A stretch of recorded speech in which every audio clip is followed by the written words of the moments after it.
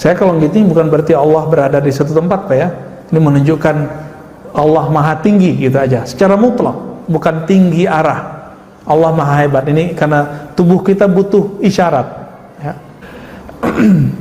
Jadi orang-orang yang hasad ini, masalah dia sebenarnya adalah kepada Allah, kepada makhluk itu adalah turunannya. Karena dia terhijab, terhalang memandang Allah, tidak memahami Allah, maka dia berprasangka kepada makhluk, pada hakikatnya sedang menyalahkan Allah subhanahu wa ta'ala.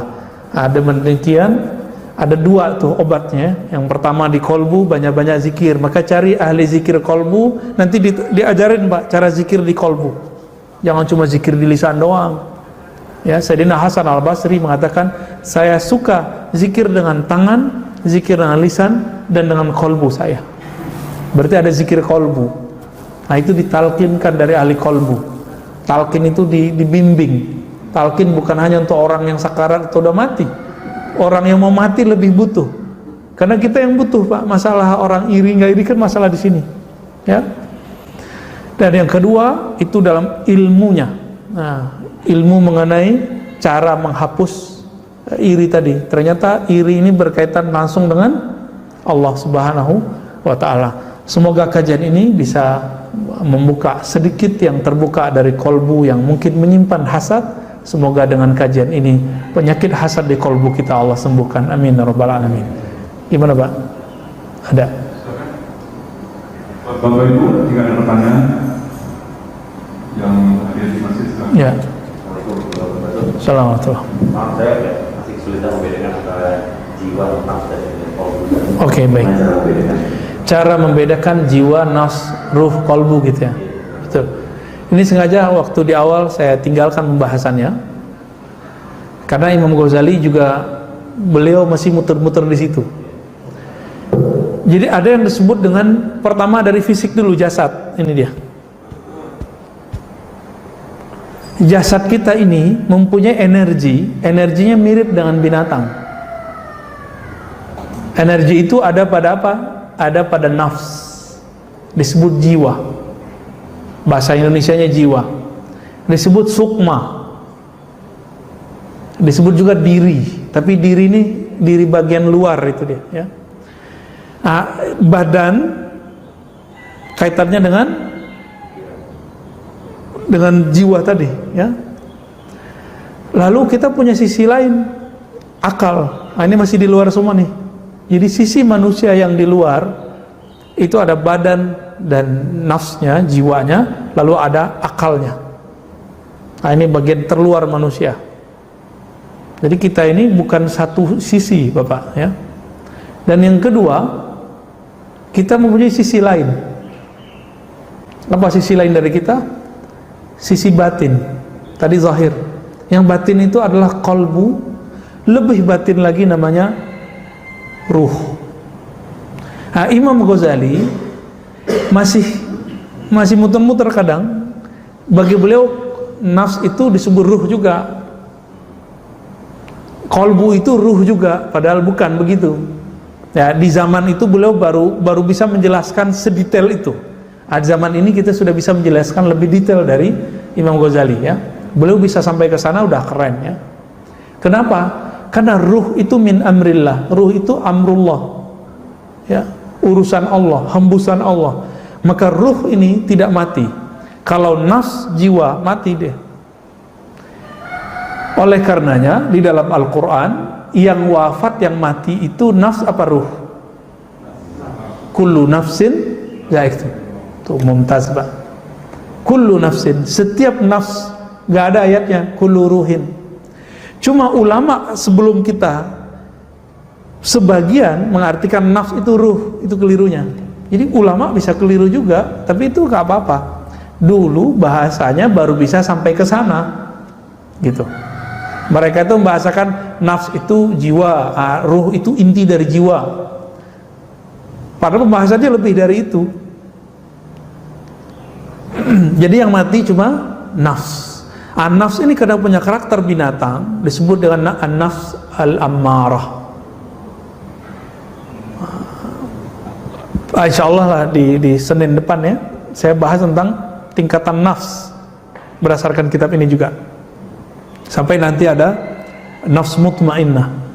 Nanti di atasnya ada lagi radiyah, mardiyah, kamilah. Di atasnya sebenarnya ada lagi, tapi kitab cuma 7, ya. Insya Allah bisa dibedain, ya. Kalau kita kan kemarin yang kita mengkaji voice menghalau marah, menghilangkan marah. Ya. Dan dalam semua kasus ini kayaknya kita harus memang ya pasti ada yang sudah boleh. Kan berarti kita harus menghalaunya pakai dengan singgir. Penyakitnya jika dia di dalam diri, nodanya dihilangkan dengan zikrullah. Tapi paradigmanya harus dihilangkan dengan ilmu.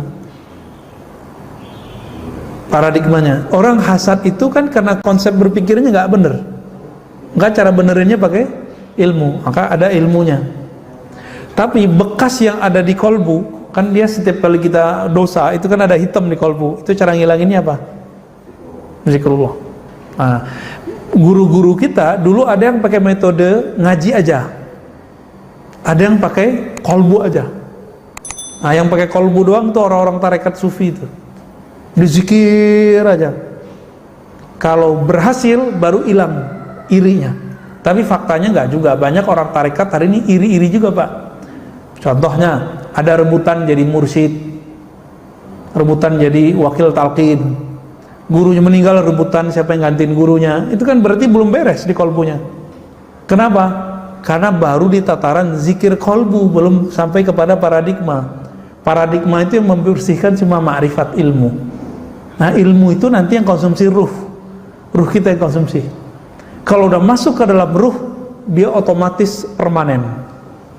Pemahaman yang saya sebutkan ini, kalau yang konsumsi ruh Bapak, itu permanen langsung, Pak. Nanti setiap kali ada orang mau kita hasad, nanti ditolak oleh ruh kita. Tapi kalau baru masuk di kolbu, zikirnya, kalau nggak zikir, hasad lagi. Nah, ini kelemahannya.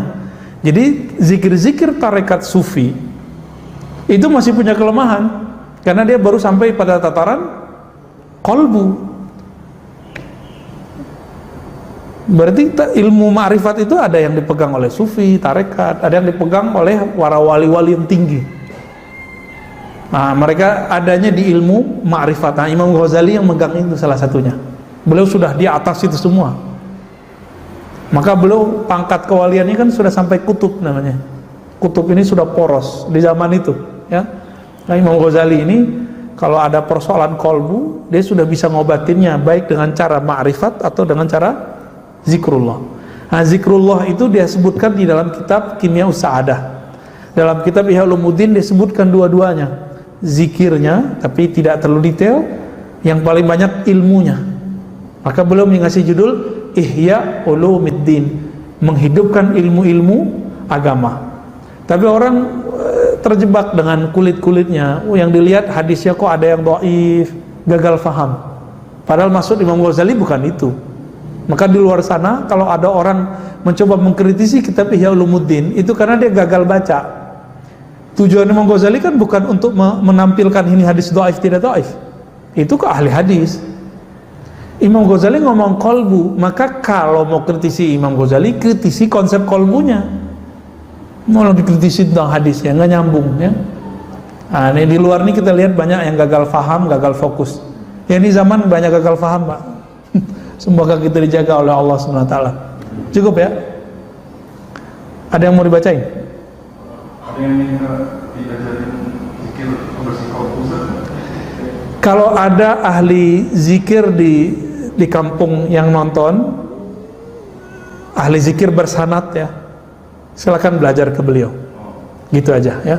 Jadi nggak mesti ke kita. Dan saya tidak mengizinkan ngambil zikir lewat YouTube, lewat Facebook. Bagi saya itu haram.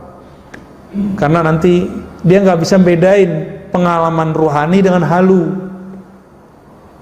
Ntar kalau datang ke dokter kan jadi bingung. Kamu mendengarkan suara-suara nggak? Dia bingung tuh suara-suara apa itu. Kalau dia ahli zikir bersanad, dia bisa bedain. Ini namanya mukasyafat, penyingkapan kolbu. Ini namanya halu, ya, halusinasi. Itu beda, Pak. Nah, dan kita sudah ketemu beberapa orang yang berzikir lewat YouTube. Kan di YouTube banyak ijazah-ijazah nggak jelas sumbernya dari mana. Sekarang udah separuh-separuh gila. Ya, ada teman kita di Makassar kemarin ngabarin, dia ngambil ijazah umum yang ada di YouTube. Gila Pak sekarang. Ya, tetangga saya juga tetangga teman kita yang ikut ngaji di Ribat juga cerita begitu. Iya nih, teman kita ngaji lewat YouTube, zikirnya diamalin. Udah gini aja, kalau belum ketemu guru zikir, nggak usah zikir dulu deh, ngaji aja. Ya, ngaji aja. Karena zikir itu wajib ada pembimbingnya. Orang manah aja ada pembimbingnya biar nggak salah panah. Zikir itu lebih dahsyat dari manah, Pak. Orang kesurupan cukup dibacain nama Allah di sini dia sembuh langsung. Itu kalau zikirnya oke di kolbunya. Kenapa ada orang meruqyah pakai baca Quran nggak sembuh-sembuh? Karena di kolbunya pembaca Quran ini belum masuk nama Allah dan kalam Allah itu. Tapi kalau kolbunya sudah masuk nama Allah, dia datang aja udah sembuh itu orang kadang. Kalau enggak juga ditepuk, kalau enggak ya diapain kayak gitu. Sembuh Pak biasanya. Kalau di kolbunya sudah masuk nama Allah. Nah kalau enggak nanti jadi aneh ya. Jadi tolong jangan belajar zikir lewat YouTube, lewat sosmed. Belajar zikir langsung ke ahli zikir. Karena zikir itu tempatnya di kolbu, harus datang ke ahli kolbu, bukan di kolbu YouTube. Ya, nggak ada kolbu YouTube Pak. Udah ya, saya rasa cukup teman-teman. Karena Allah, insya Allah jika umur panjang kita lanjutkan di Senin depan, besok mungkin dengan Ustadz Zulfikar ya. Jadi, baik. Nasallallahu al-afwa wal afiyah lana wa liwalidina wa limasyaikhina wa lisairil muslimin wal muslimat. Subhanakallahumma wa bihamdika asyhadu an la ilaha illa anta astaghfiruka wa atubu ilaik. Sallallahu alaihi Muhammad. Assalamualaikum warahmatullahi wabarakatuh.